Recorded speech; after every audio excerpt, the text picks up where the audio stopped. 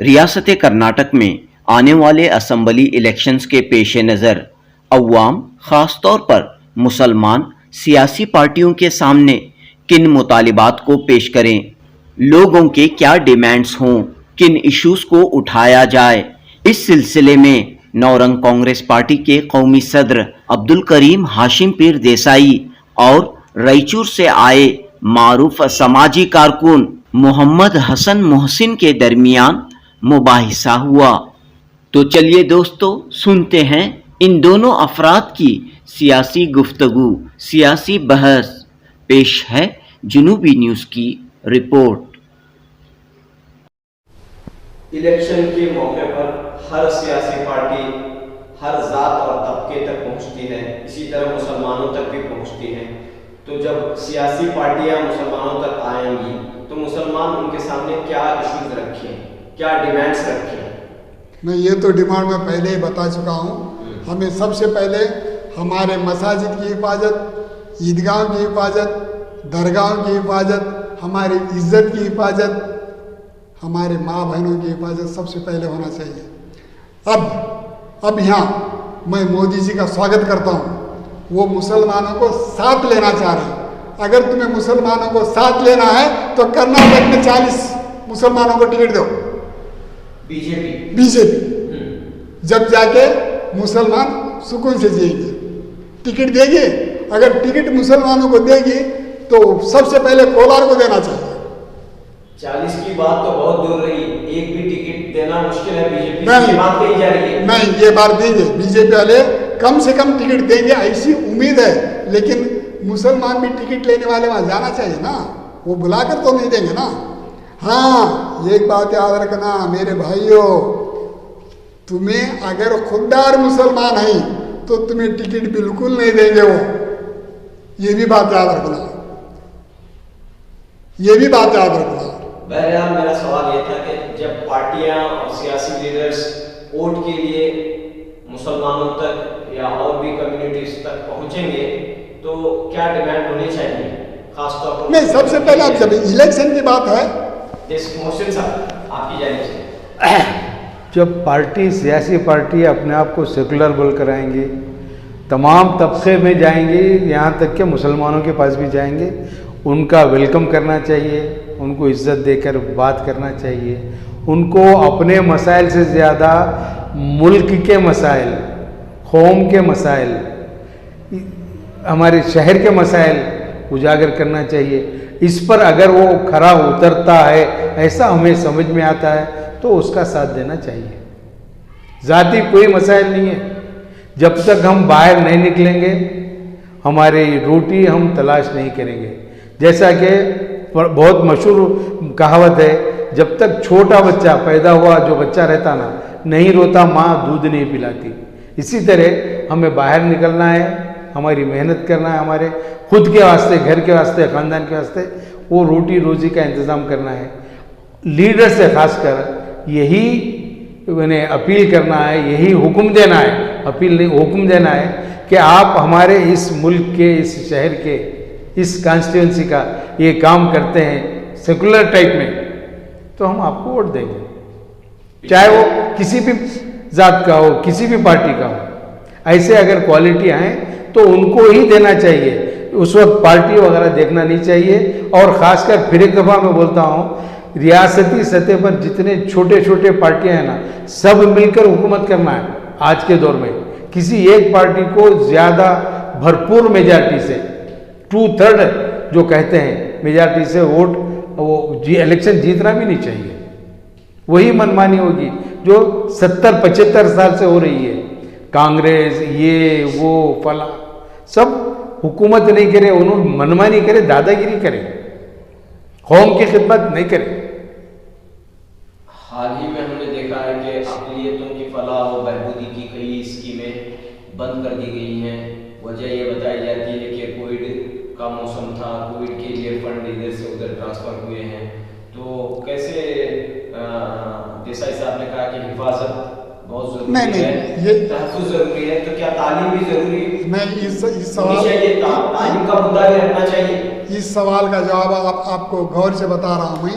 आप मीडिया वाले हैं, आप घर घर प्रचार करिए, कौन सी पार्टी का भी कैंडिडेट हो, मेरे पार्टी का हो, कौन सी भी पार्टी का कैंडिडेट हो, जो आप जैसे ख्यालात रखता है ना, वैसे कैंडिडेट को चुनने के लिए जनता को बोलिए, हमें नहीं ये सवाल बोलना चाहिए। आप देखो, आप जूझ रहे हैं, वो हो रहा है, ये हो रहा है, सब बोल रहे हैं, अब तुम्हारे पास फैसला को मौका आया है। फैसला आपके हाथ में है। किसके हाथ में? वोटर्स के हाथ में है, और उन्हें इल्म देने का हक आपके हाथ में है। ये हक तुम्हें डायरेक्ट वोटर से नहीं करना, चुनाव आयोग से सवाल करो वो कितने घरों को पहुंची है, चुनाव आयोग से सवाल करो कितने वोटर्स के नाम नहीं हैं, और चुनाव आयोग से सवाल करो फर्जी वोटर्स कितने हैं। ये एक एमएलए के एरिया का आप, या तो एक बूथ के एरिया का अपने मीडिया की तरफ से जांच करके एक बार आप वायरल करो, तो एक बूथ का आप करते हैं, लेकिन कर्नाटक के तमाम बूथों का सिस्टम सही हो जाता है। बराए मेहरबानी मैं आपसे गुजारिश करता हूँ, किसी एक बूथ का टारगेट ले लो, उस बूथ में जाकर कितने हैं नहीं बताओ, आपके मीडिया में एक वायरल बनाओ, छोड़ो, जब देखो आपकी खिदमत अल्लाह कबूल करेगा। और एक बात यह है कि कैंडिडेट खुद जब आपकर आकर एप्लीकेशन डालता है, मैं एमएलए ठहरता हूँ, तो उसकी हैसियत, उसके अवसाफ, उसके कैरेक्टर, ये आया होना चाहिए। साफ और शफाफ उम्मीदवार है तो उसको जो है इलेक्शन कमीशन एक्सेप्ट करना चाहिए। उसके नाम के साथ कई एक वाक़यात रहते हैं, कई एक केसेस रहते हैं, वो पूछना वो अभी वारंट हुआ है, वो अभी इल्ज़ाम है, मुजरिम नहीं हुआ है, इल्ज़ाम साबित नहीं हुआ है, ये नहीं देखना चाहिए। हर पार्टी में मुजरिम यानी कैंडिडेट ज़्यादा से ज़्यादा मिलेंगे, जिन पर यानी इल्ज़ाम साबित हुए ऐसे भी ज़्यादा से ज़्यादा मिलेंगे। ऐसे उनसे पाक रखना चाहिए। ऐसे कैंडिडेट कौन सी पार्टी में? सभी पार्टियों में नहीं, एक भी नहीं है। सभी पार्टियों में नहीं है। नहीं, आप एक नाम बताओ। नहीं है, कोई एक कैंडिडेट भी नहीं है। पूरे पाक सपन, पूरे सत्य हरिश्चंद्र है। अच्छा, कौन है बताओ जिसके ऊपर इल्जाम है? देखिए, सबसे पहले मैं अपने आप को कहता हूँ मैं मुजरिम हूँ। नहीं, आपकी बात इस वास्ते के गलत कैंडिडेट को मैं वोट दे रहा हूँ। आप तो इलेक्शन को नहीं डर रहे। नहीं, मैं गलत दे रहा हूँ ना। हाँ? मैं देना ही मेरा, मैं मुजरिम होना है। नहीं, ऐसी बात नहीं है। मैं जिसको कैंडिडेट को, जिस उम्मीदवार को मैं वोट दे रहा हूँ, मुजरिम को देखकर भी दे रहा हूँ, तो मैं सबसे पहले मुजरिम हूँ। नहीं, मैं आपकी बात नहीं मानता। हमारे पूरे जितने भी कौन सी पार्टी में, वो पूरे जो पाक साफ हैं उनको टिकट दे रहे हैं। कोई भी पार्टी में मैं बोलता हूँ, मेरा इल्जाम है, कोई भी पार्टी में पाक और साफ और शफाफ कैंडिडेट नहीं है, जीते हुए या हारे हुए। नहीं, ये कैंडिडेट का नाम नहीं आना। आप बताइए मीडिया वाले, कोई तो है तो नहीं? हमारे पूरे कैंडिडेट पाक है।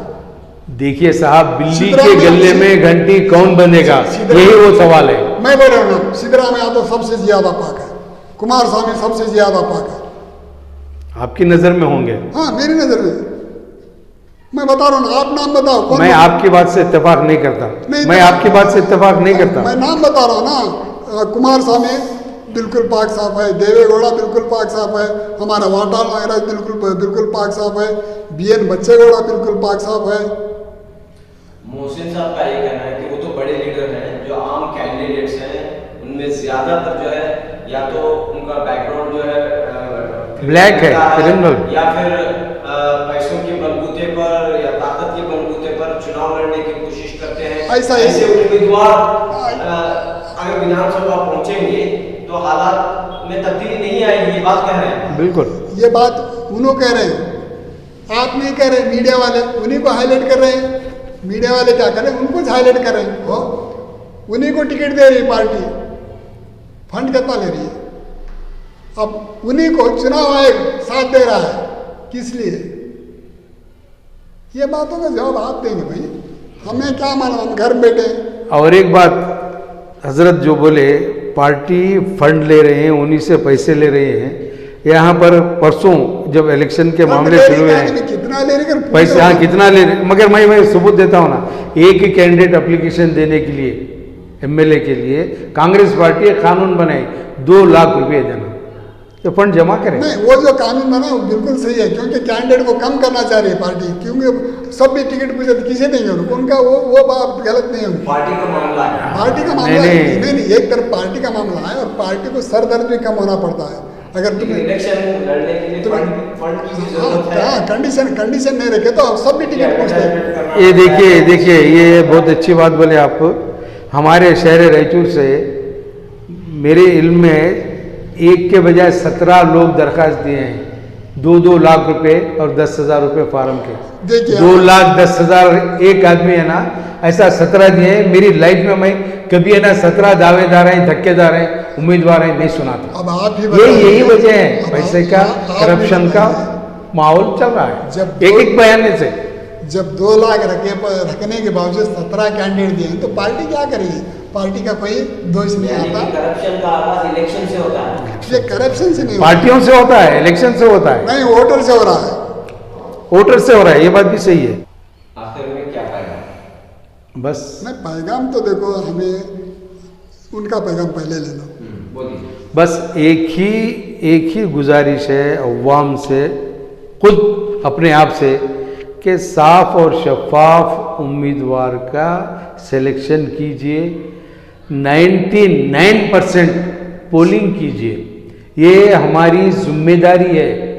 वो जब पोलिंग ज़्यादा होगी तभी जाकर अच्छे से अच्छा उम्मीदवार हम चुन सकते हैं, वरना बस डैश डैश डैश। नहीं, मैं इनकी बात से सहमत नहीं हूँ। ये 99% बोल रहे हैं। देखो लाखों के वोट हैं, अगर 99 बोलेंगे तो कई वोटर महरूम रह जाएंगे। ये वोटर भी नहीं चुकना। कौन सा वोटर चुक रहा है? पूरे वोटिंग 100% वोटिंग हुआ क्या नहीं, चुनाव आयोग देखना है। नहीं हुआ तो कौन कौन नहीं करे उसकी वजह लेना हो, वजह पकड़ के वोटिंग कराना, ये नंबर 1। अब नंबर 2 क्या है? अभी जो मेरे भाई साहब बताए कि कांग्रेस पार्टी को 17 कैंडिडेट अपील करे, ऐसे ही बीजेपी को भी करे होंगे, ऐसे ही जेडीएस को भी करेंगे। अरे मेरे भाइयों, तुम्हें किसे टिकट नहीं मिलता, आओ मैं टिकट दे रहा हूँ।